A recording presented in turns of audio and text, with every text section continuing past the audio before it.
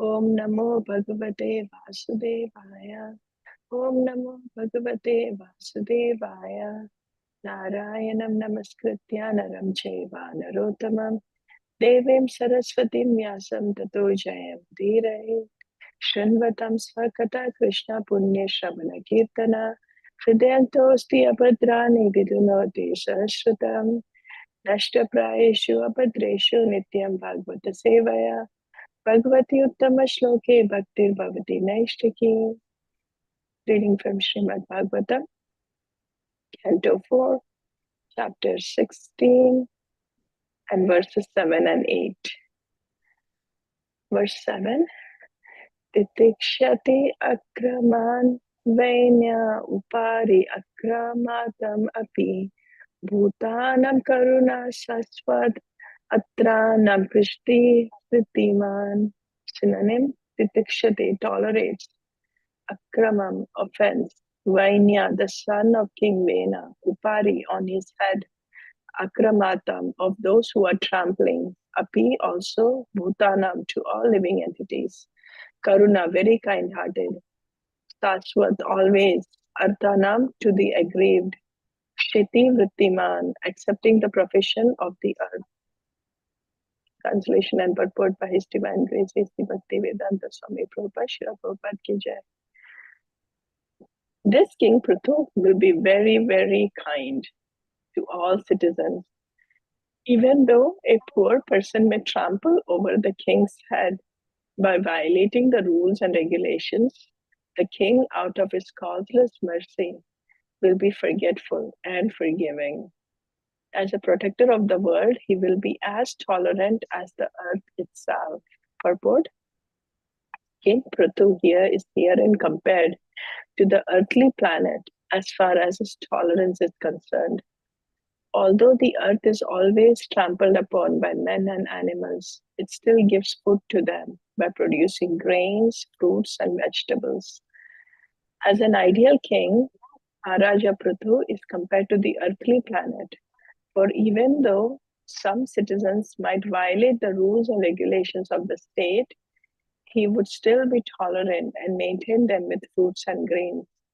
In other words, it is the duty of the king to look after the comfort of the citizens, even at the cost of his own personal convenience.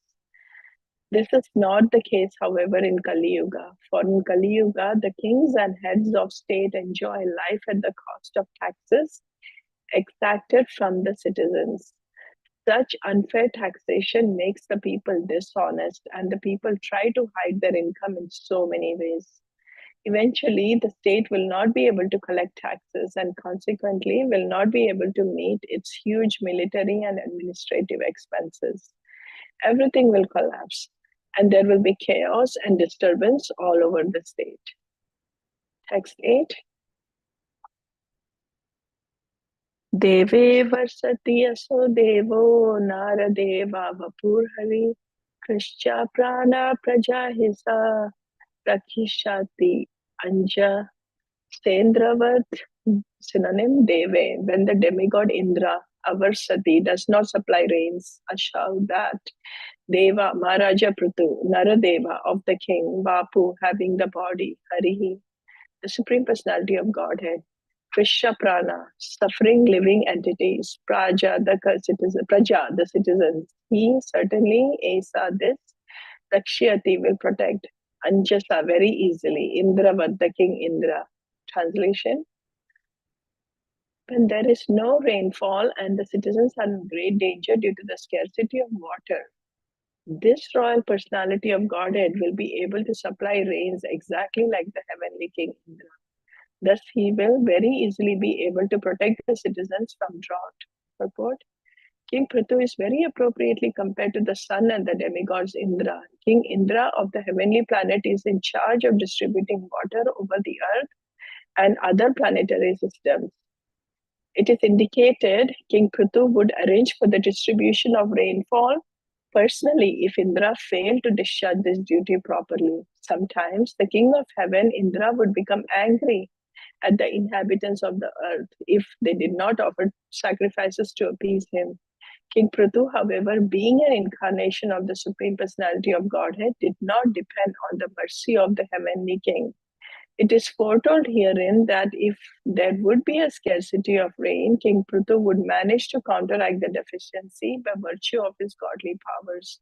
Such powers were also exhibited by Lord Krishna when he was present in Vrindavan. Indeed, when Indra poured incessant water on Vrindavan for 7 days, the inhabitants were protected by Krishna, who raised Govardhan Hill over their heads as a great umbrella. Thus, Lord Krishna is also known as Govardhana Dhari. Namo Vishnu Padaya Krishna Prastaya Bhutale Srimate Bhakti Vedanta Swami Niti Namine Namaste Saraswati Deve Gauravani Pracharine Nirvishesha Shunyavadi Paschatya Desha Tarine Jai Shri Krishna Chaitanya Prabhu Nityananda Shri Advaita Gadadhara Shiva Sadi Gaura Bhakta Vrinda Hare Krishna Krishna Krishna Hare Hare Hare Rama Rama Rama Hare Hare Om Ajnanatimirandasya Jnananjana Shalakaya Chakshurummilitam Yena Tasmai Shri Gurave Namaः. Good morning, dear devotees. Thank you so much for giving me this opportunity to read from Srimad Bhagavatam. And also, this will be for my own purification. I'm seeking your blessings that I may able to speak in the right mood and the right message comes out, and not any of my own interpretations while speaking. So here we are in the section where the glorification is being done by the reciters of King Prithu, and they are glorifying his qualities. And so, what are we to learn from here, right? So, basically, this section, with the glorification of King Prithu's qualities, really the leadership qualities are being exemplified. What does it mean to be a leader, and what are the leadership qualities that somebody needs to possess? And when we talk about leadership qualities, right, we also have to understand that when we are a devotee, we are automatically being placed into the leadership position. Why? Because we are representing, right now we are representing Srila Prabhupada's mission, right? Every person, anybody who comes to the temple, everybody that comes in contact with us, they know that we are following this path and we have taken up the spiritual path and nothing. So they are looking up to us. So what is leadership? Anytime if somebody has influence over others, that is leadership. So that's why I just wanted to say that. So as we are speaking about the leadership versus leadership, all of this, right, we have to remember that all of these are really lessons for us that we have to also develop when we are learning from these great personalities. So just wanted to share that realization too.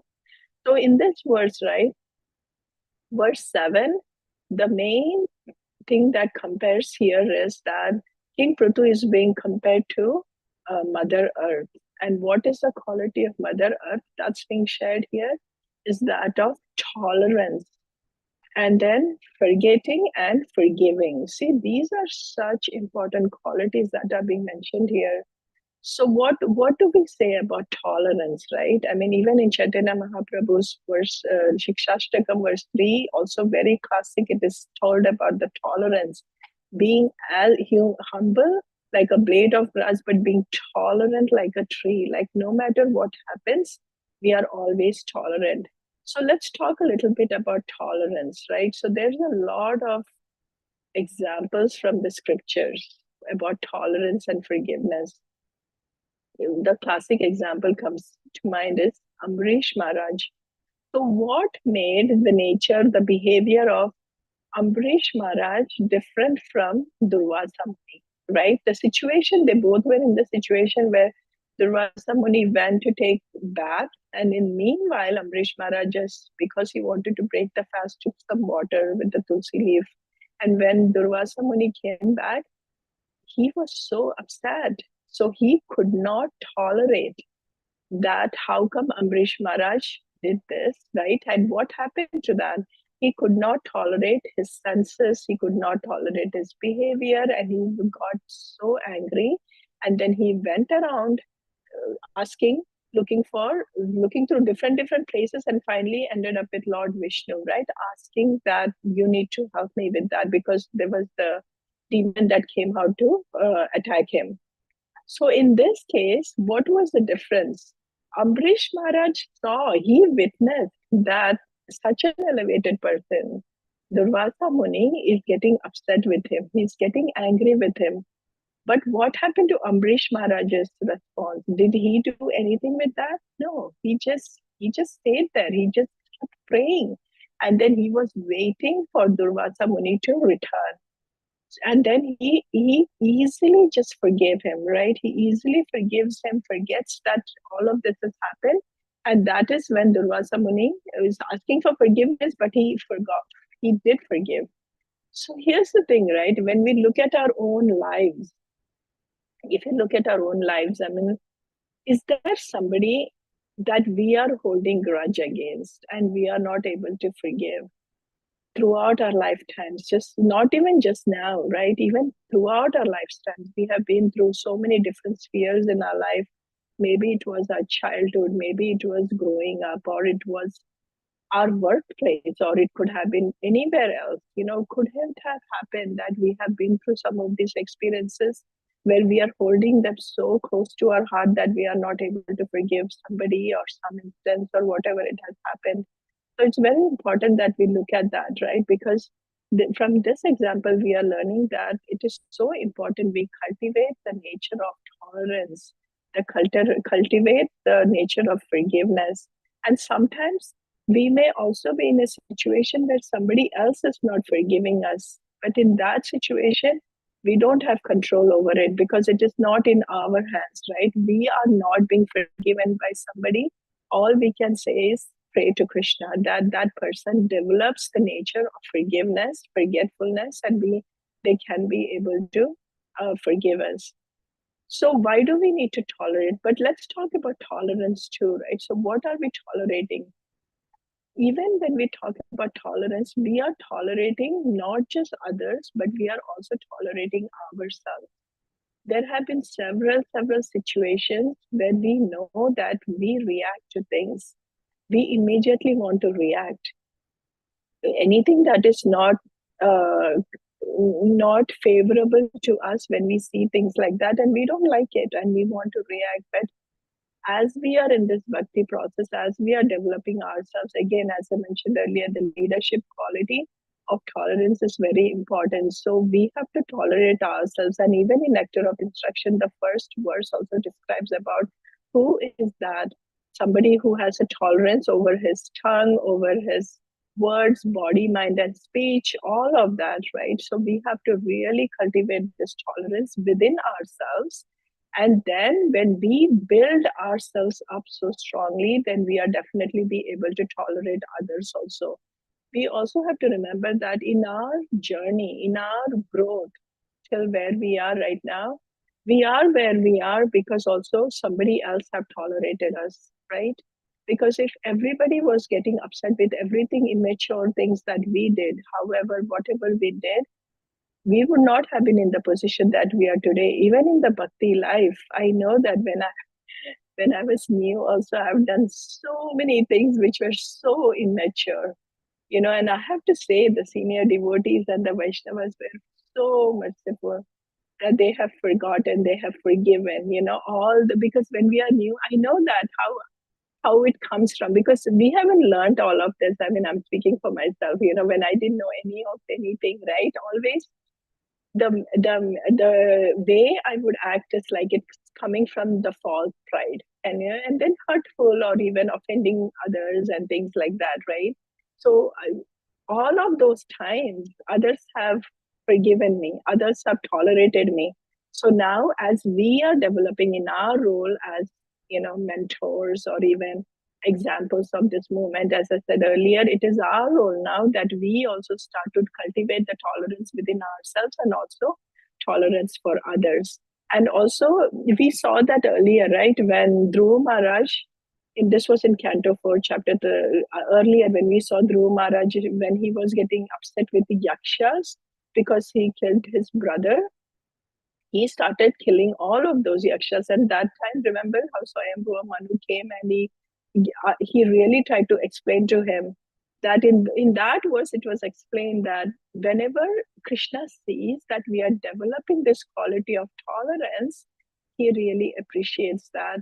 So what happens is when we tolerate, not only that we are doing good to ourselves, but we are also trying to please Krishna, because we are really helping other jivas, right? So now we talked about what is tolerance, and then why do we need to tolerate, right? Why? The why reason always comes. Why?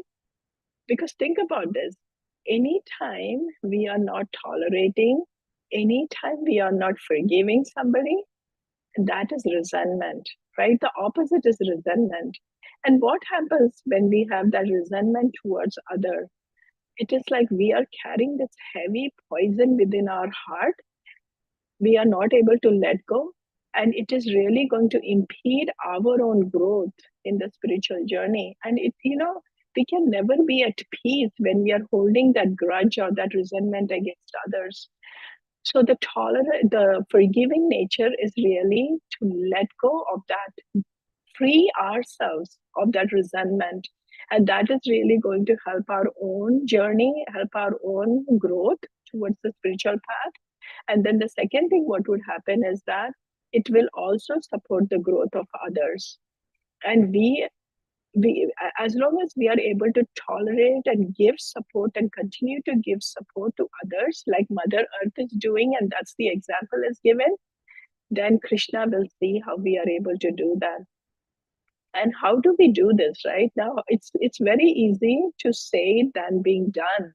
That let go of the resentment, continue to forget things, and continue to forget the misgivings of others, and continue to forgive others, right? But how do we do that?